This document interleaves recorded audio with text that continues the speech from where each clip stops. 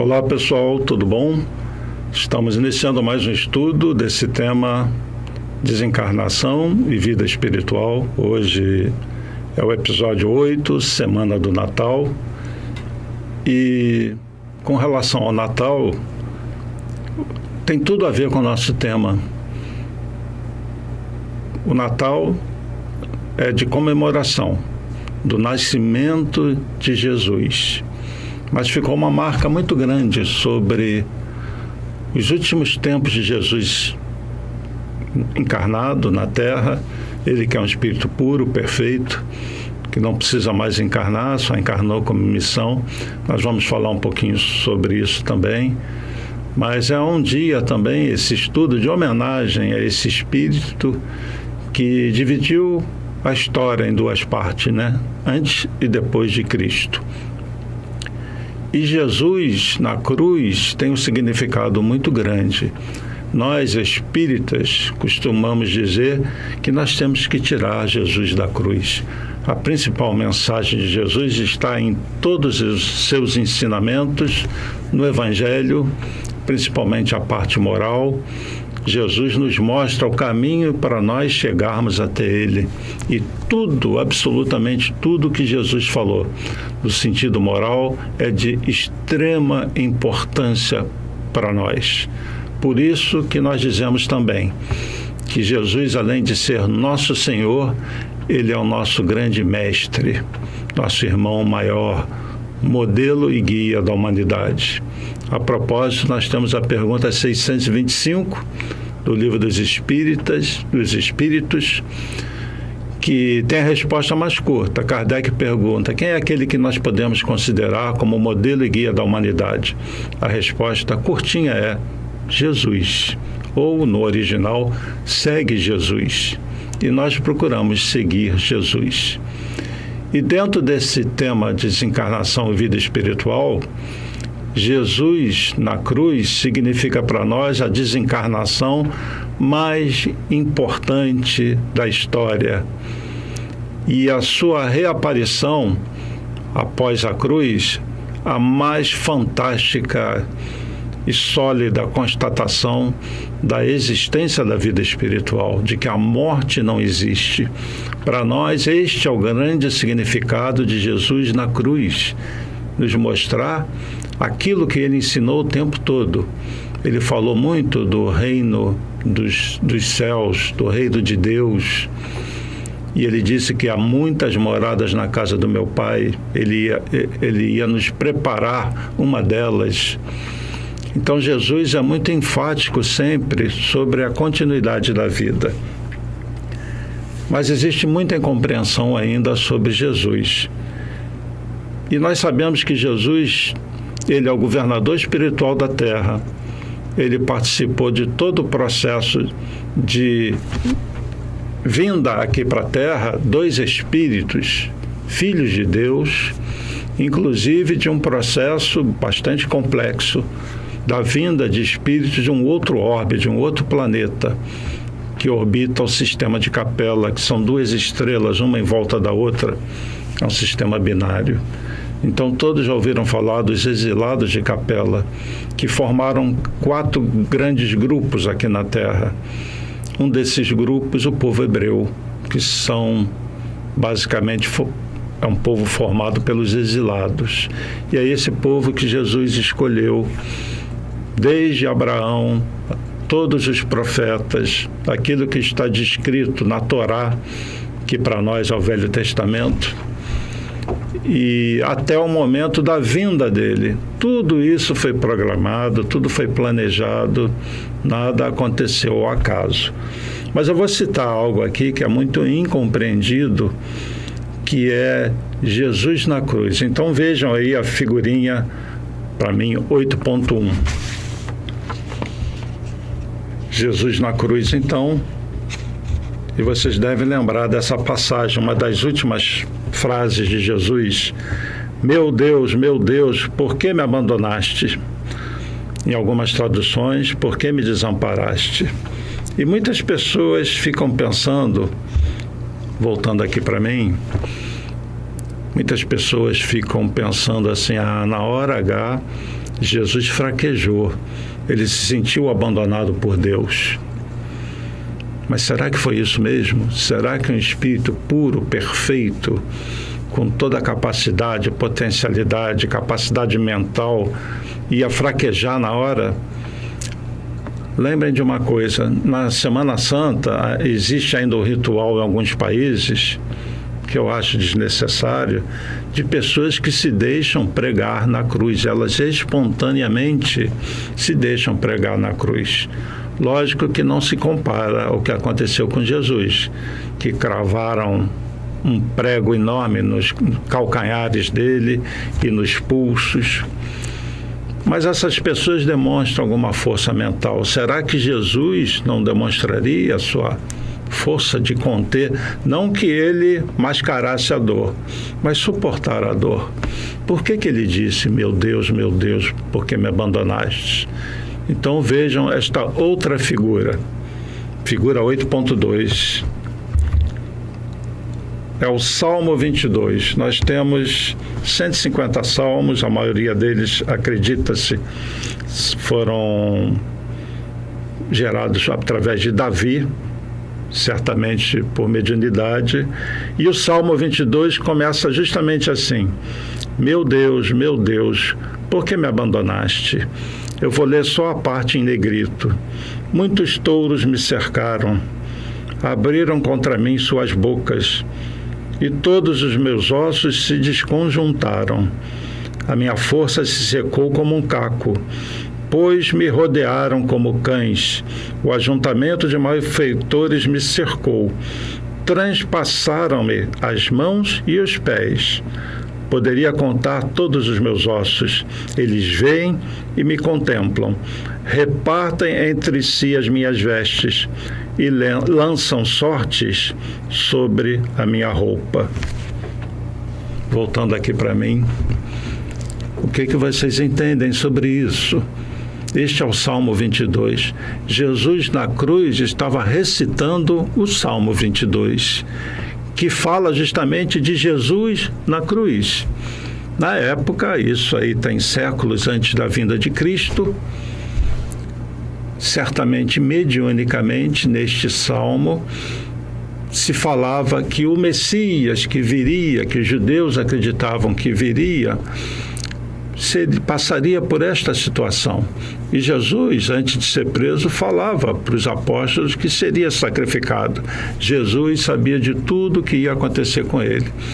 Em alguns filmes, quando passa esse trecho, normalmente há uma cena assim, Jesus na cruz, alguns doutores da lei embaixo da cruz, junto com os soldados romanos, e ele fala isso: meu Deus, por que me abandonaste? Quase sem força. E um dos doutores da lei pergunta para o outro: o que ele disse? E o outro diz: ele está recitando as Escrituras. Ou seja, alguns filmes bíblicos confirmam isso, né? Que Jesus estava simplesmente citando as Escrituras.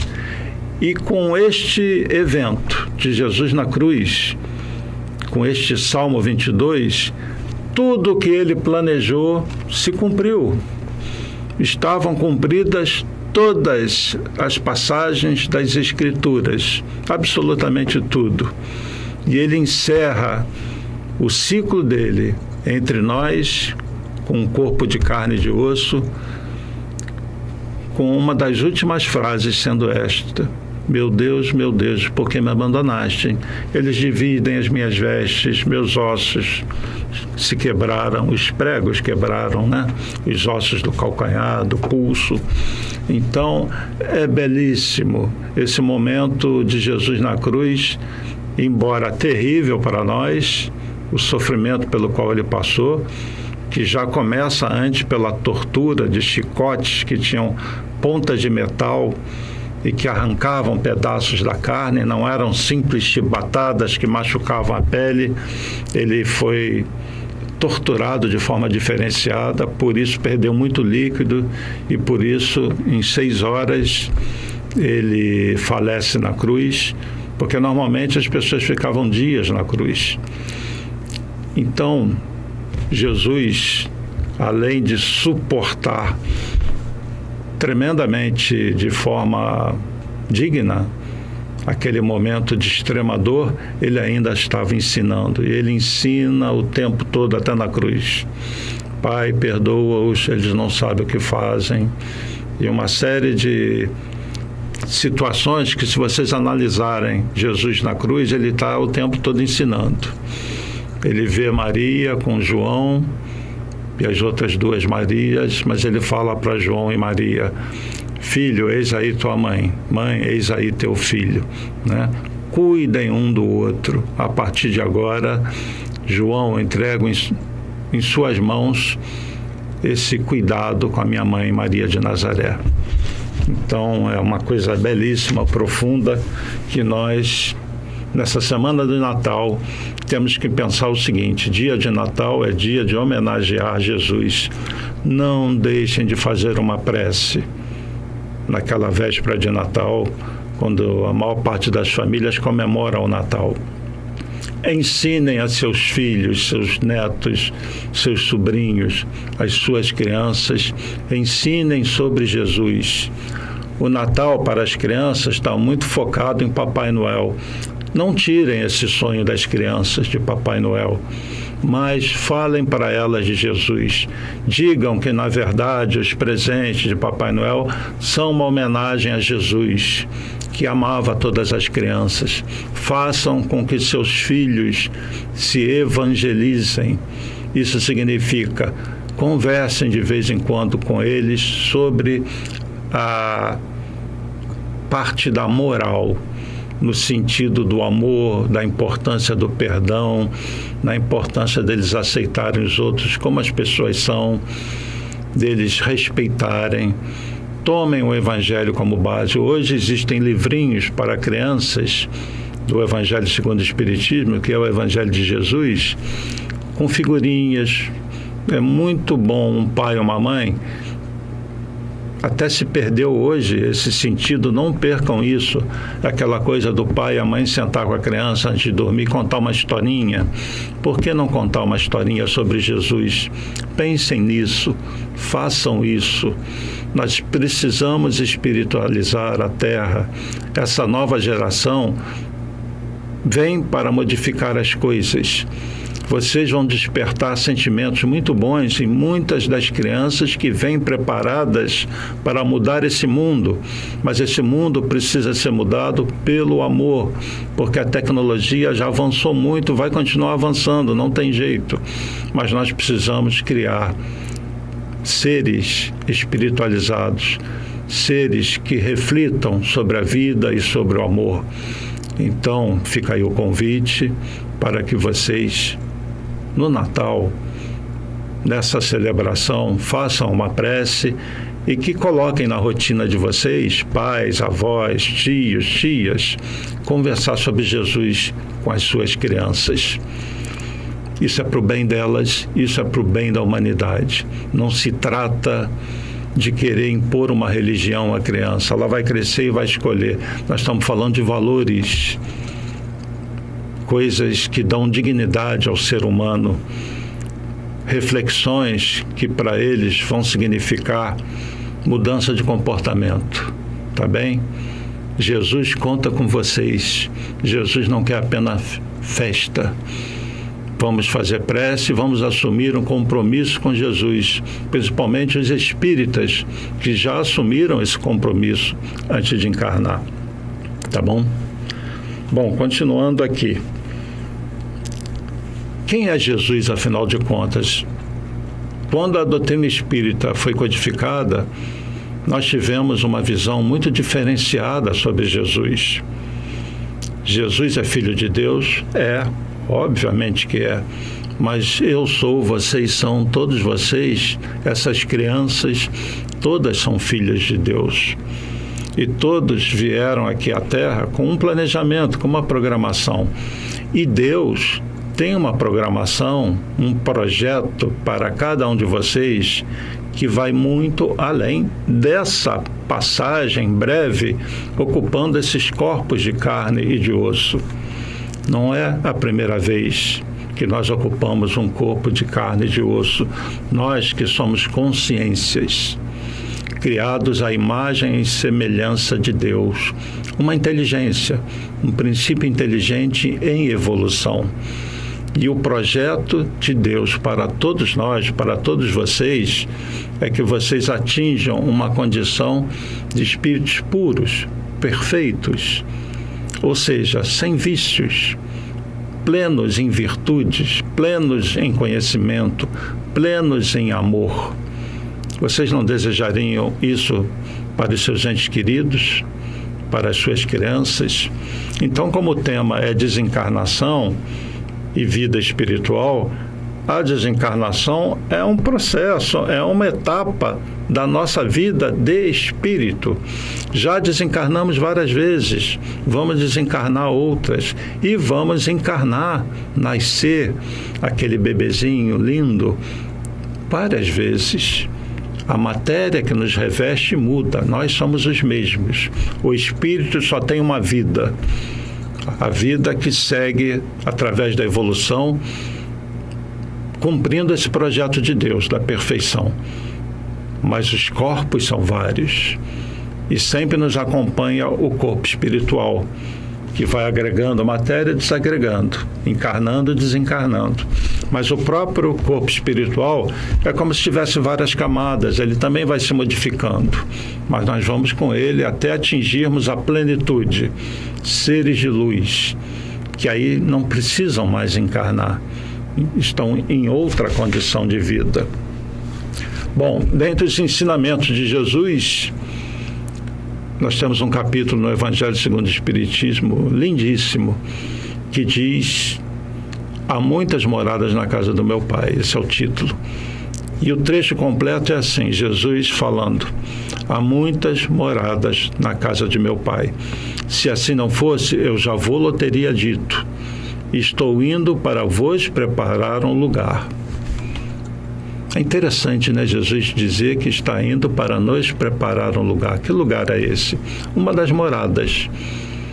Mas são várias, compatíveis com a nossa evolução. E nós já vimos que a Terra é como se fosse um edifício de vários andares, são várias moradas.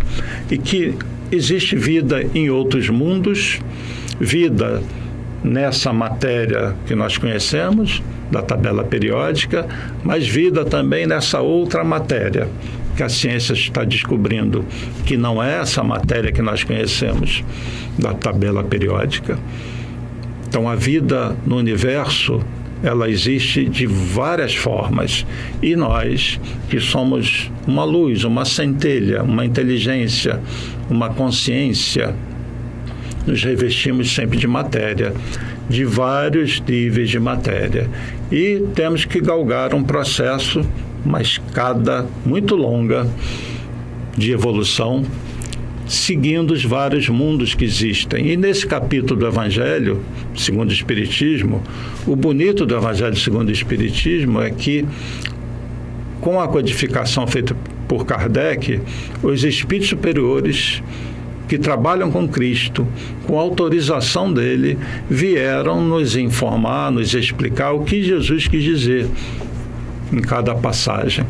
E nesse capítulo eles dizem o seguinte, que existem vários mundos no universo que são habitados e que esses mundos eles poderiam classificar para nós, para o nosso melhor entendimento, em várias categorias.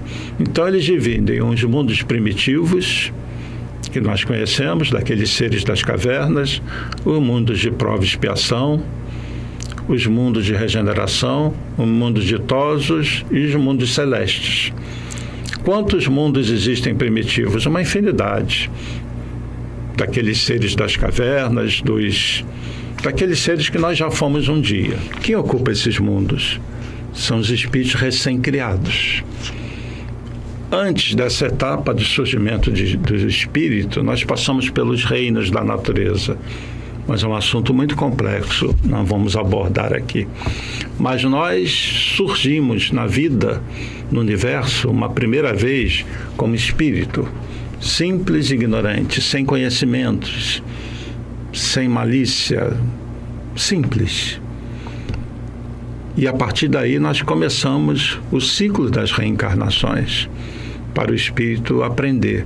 Então os mundos passam por esse processo de mundo primitivo, os mundos que são selecionados para receber os filhos de Deus nas suas primeiras experiências.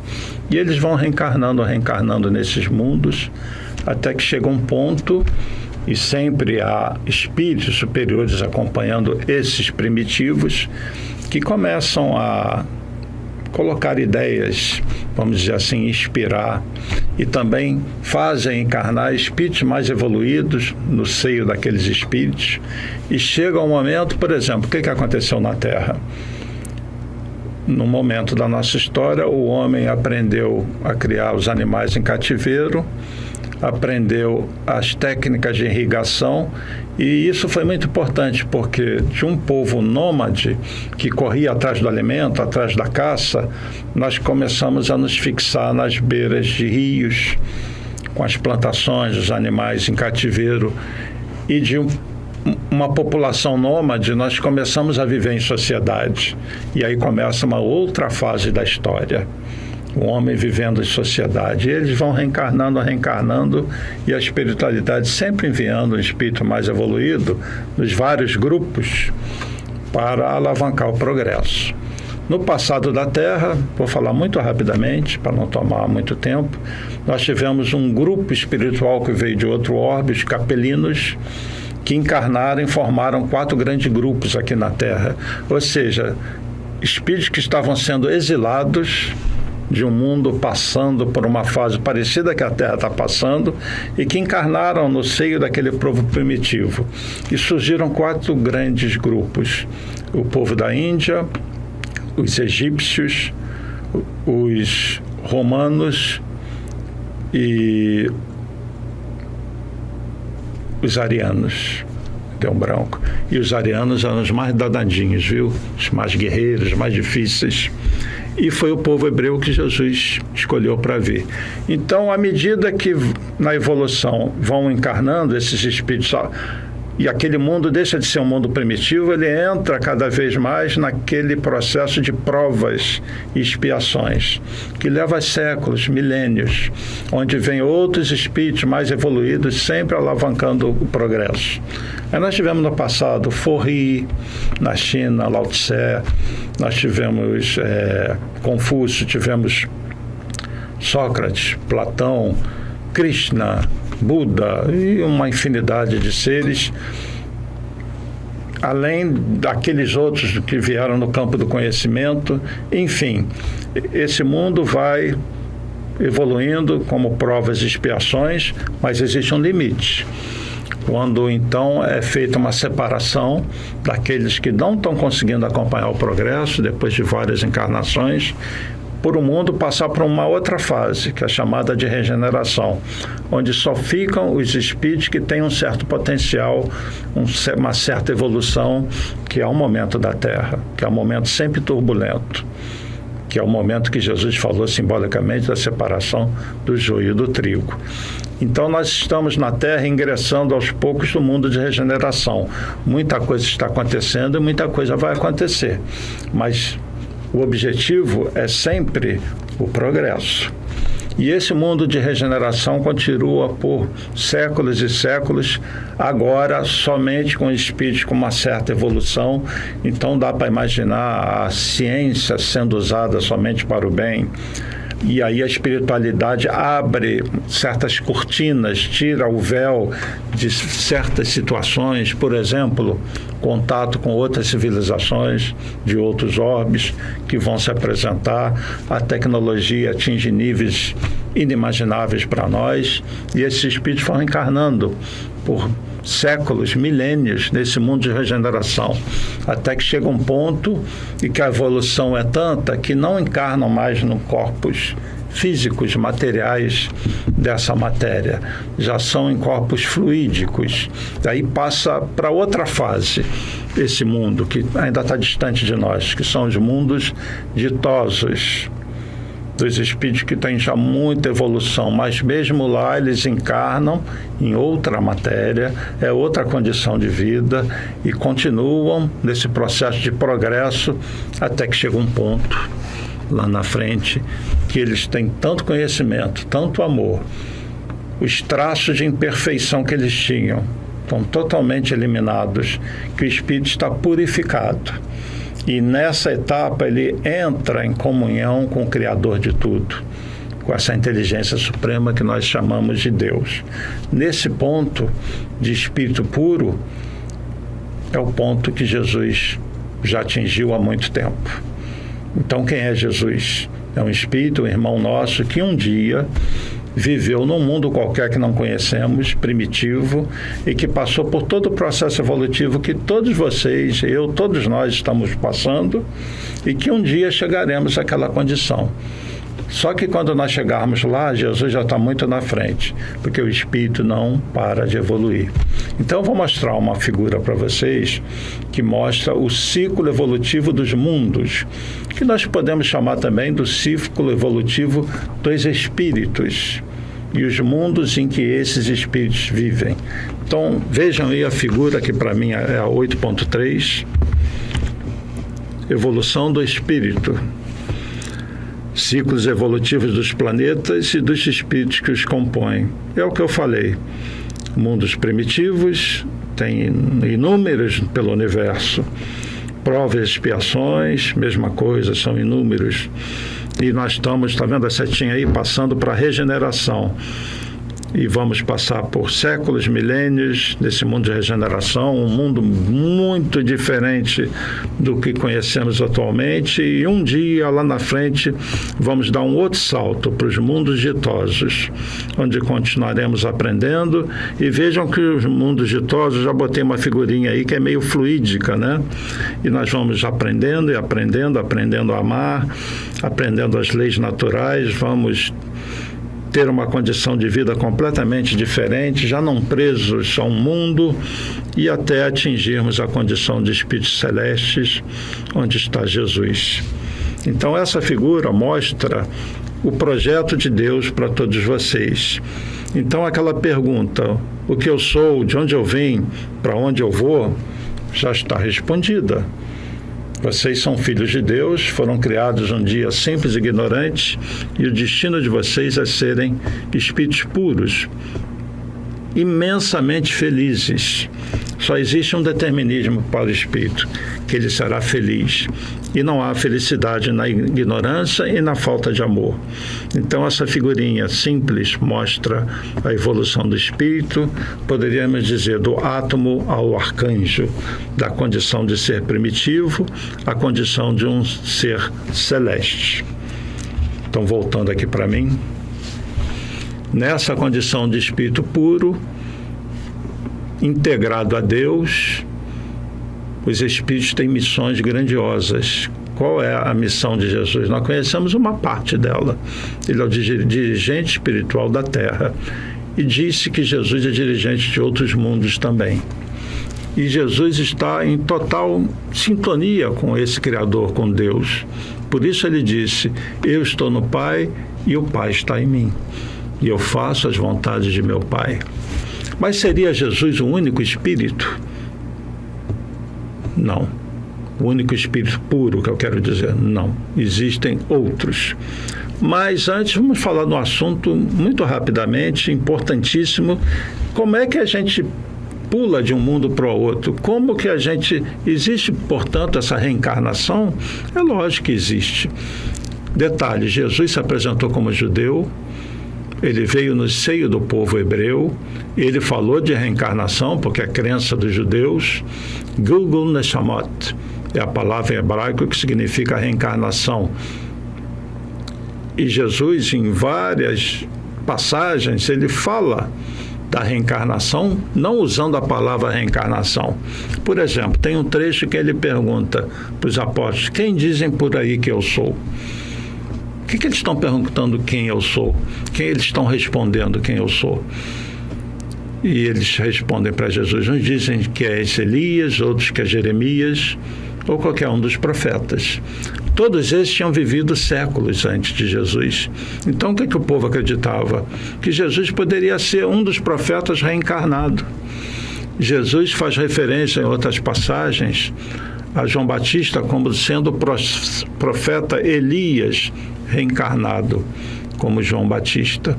Mas talvez a passagem mais importante, para mim é a mais importante, mais clara, é quando Jesus fala do nascer de novo, que ninguém atinge o reino dos céus, essa condição do espírito puro, se não nascer de novo. E fica claro no diálogo que eles estão falando de um renascimento físico, não do batismo, não do renascimento moral, porque Nicodemos pergunta como é que pode, mestre, um homem velho entrar de novo no ventre da mãe para nascer de novo. E Jesus explica como se atinge essa condição de espírito puro, de um mundo celeste, de onde ele veio. E ninguém foi a um mundo desse na Terra até hoje, porque nós precisamos evoluir. Jesus é o único que nós conhecemos que se apresentou a nós, que é desse mundo. E Jesus diz que ele é aquele que desceu do céu. Ninguém foi ao céu a não ser o Filho do Homem. Entre vocês aqui na Terra, ninguém conhece de onde eu vim. E só uma ressalva: Nicodemos, que era um doutor da lei, foi se encontrar às escondidas com Jesus. Ia escolher um tema que fosse difícil para ele entender, não coisas corriqueiras. E ele escolhe Gilgul Neshamot, reencarnação. Jesus e Nicodemos falando de reencarnação. Como se atinge o reino dos céus? Nascendo de novo, entrando de novo no ventre da mãe, assim mesmo. Só que os judeus não conheciam o processo de miniaturização do corpo espiritual, todas essas informações que Jesus disse que enviaria depois. Porque Jesus disse antes de ser preso: muitas das coisas que eu estou ensinando vocês não compreendem, e muitas outras eu teria a ensinar que vocês também não compreenderiam. Por isso, mais tarde, fica claro que é no futuro, enviarei um outro Consolador, o Espírito de verdade, que vai explicar todas as coisas e fazê-los entender tudo que eu tenho dito. Ou seja, um dia virá o Consolador para explicar o que vocês não têm condições de entender agora e para relembrar meus ensinamentos, o Evangelho, que seria décadas depois publicado ou colocado à disposição pelos apóstolos. Mas esse evangelho viria com a visão espiritual, com esses novos ensinamentos.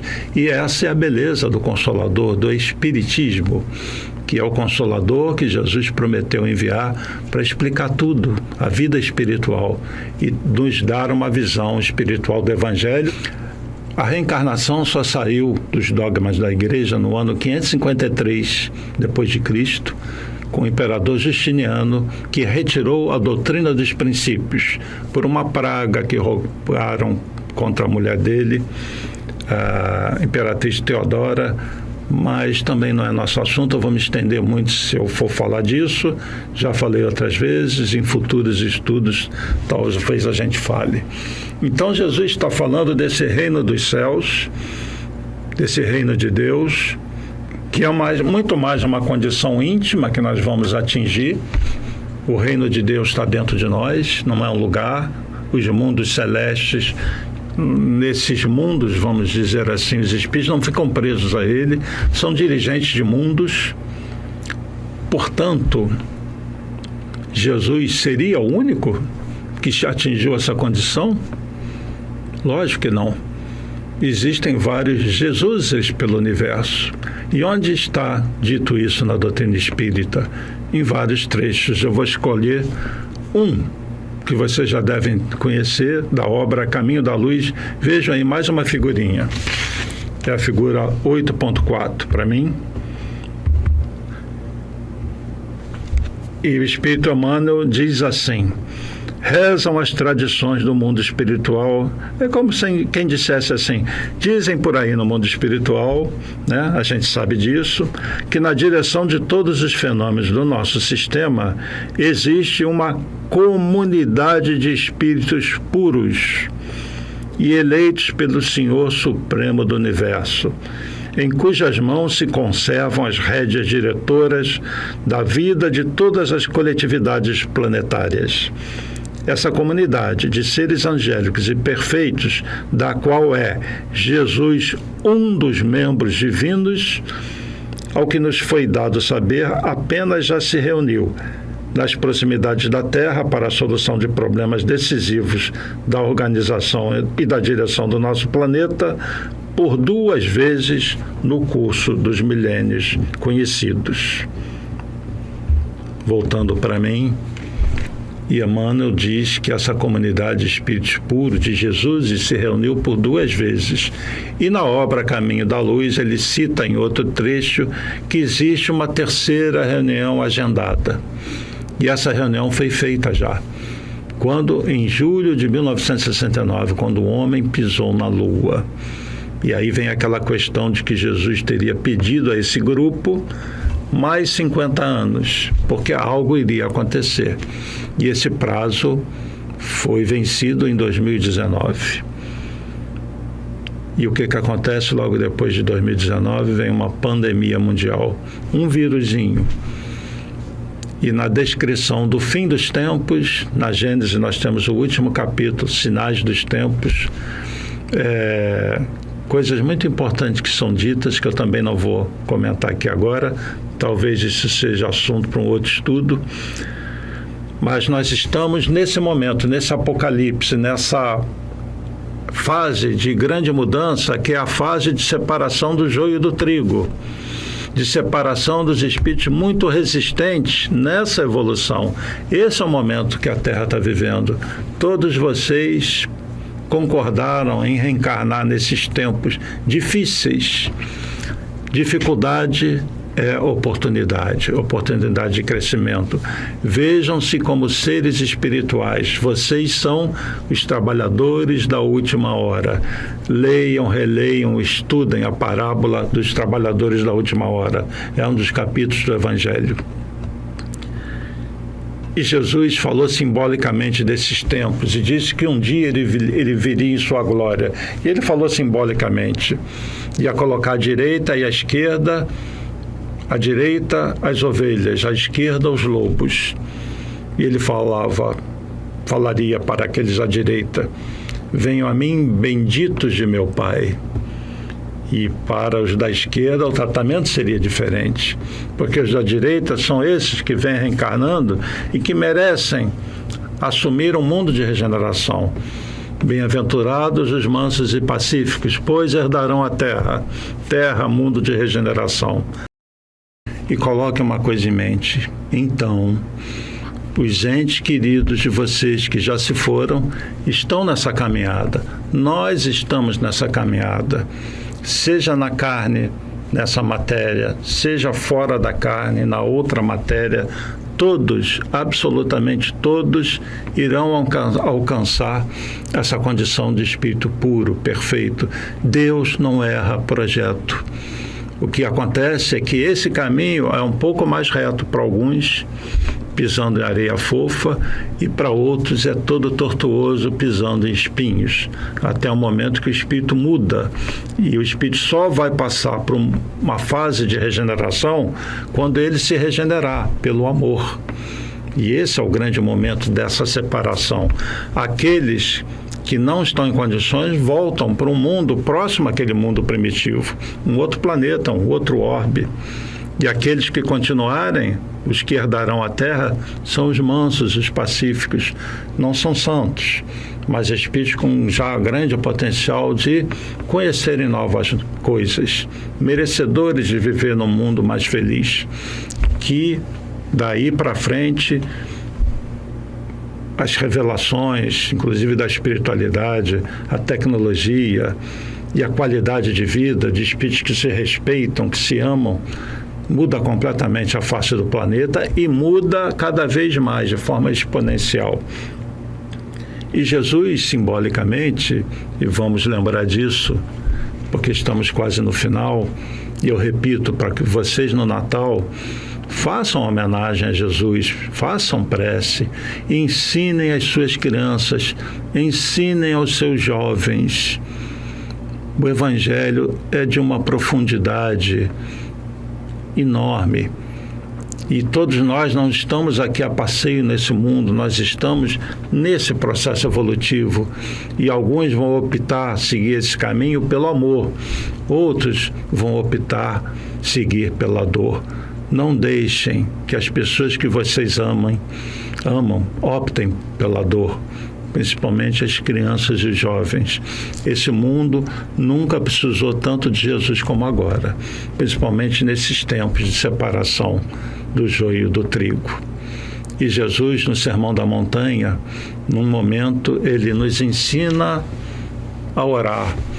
E ele faz uma prece sucinta, que é toda espiritual, que nos remete a essa vida de um mundo celeste. E Jesus começa essa prece num ato de respeito, de submissão a Deus, quando ele diz: Pai nosso que estás nos céus, santificado seja o vosso nome.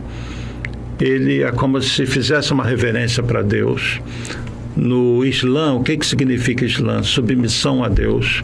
Os muçulmanos, eles se colocam de joelhos, cabeça no chão, submissão a Deus. Isso é o Islã.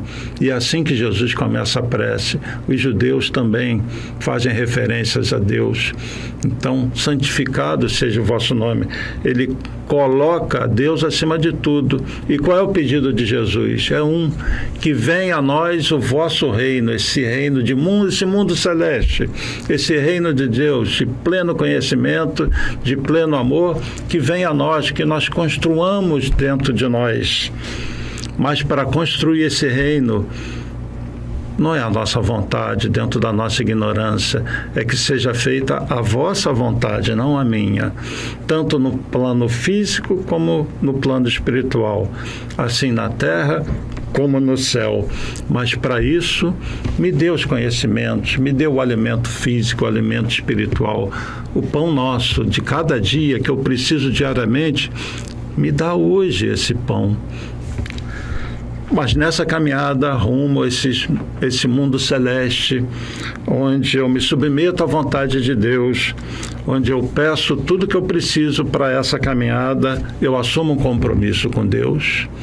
E sem esse compromisso é difícil seguir o perdão. Perdoai as nossas ofensas, assim como nós perdoamos a quem nos tem ofendido. Ou perdoai as nossas dívidas, assim como nós perdoamos os nossos devedores. Assim como nós perdoamos. Essa é a chave dessa frase. Porque queremos pedir perdão pelos erros. Eu assumo um compromisso de seguir em frente. Reconheço que eu errei.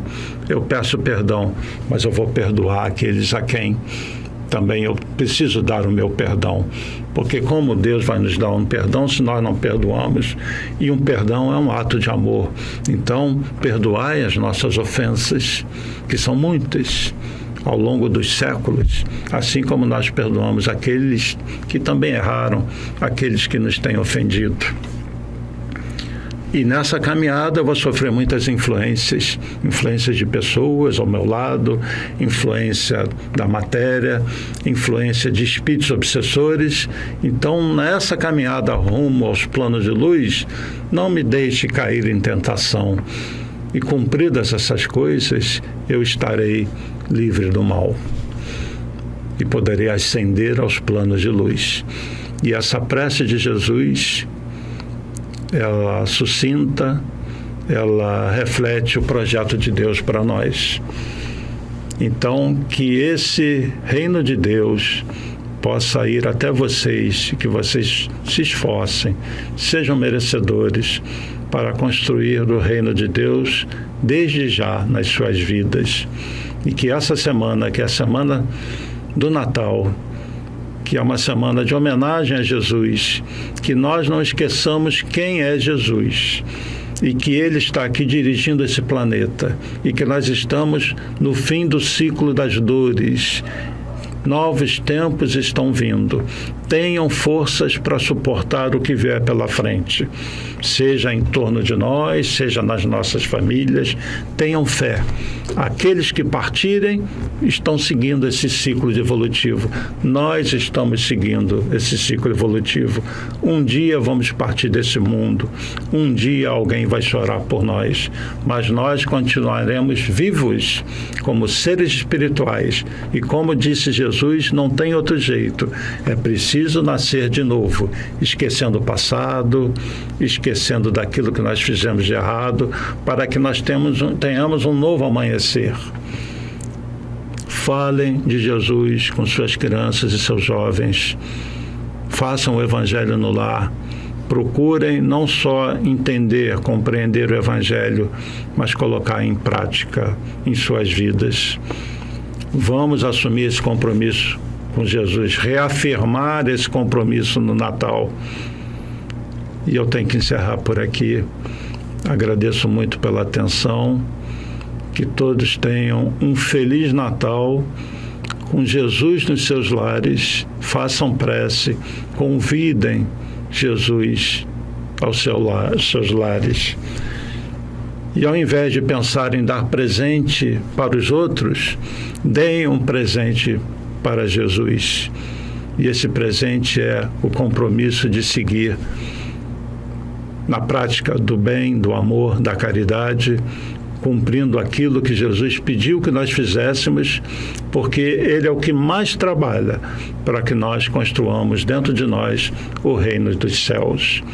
Então, um Feliz Natal é um Feliz Natal com Jesus. Papai Noel para as crianças, mas não deixem de falar de Jesus para elas. Que o grande presente que elas podem dar é participar das preces de homenagem a Jesus. Então, que esse Jesus envolva todos em muita luz. O próximo estudo vai ser o último sobre esse tema. Hoje nós falamos da reencarnação, desencarnação mais importante que nós tivemos na Terra e aquele que nos iniciou na vida espiritual. Fiquem com Deus, fiquem com Jesus. Obrigado pela atenção. Paz e bem, paz e luz e um Feliz Natal para todos vocês. Beijo para todos.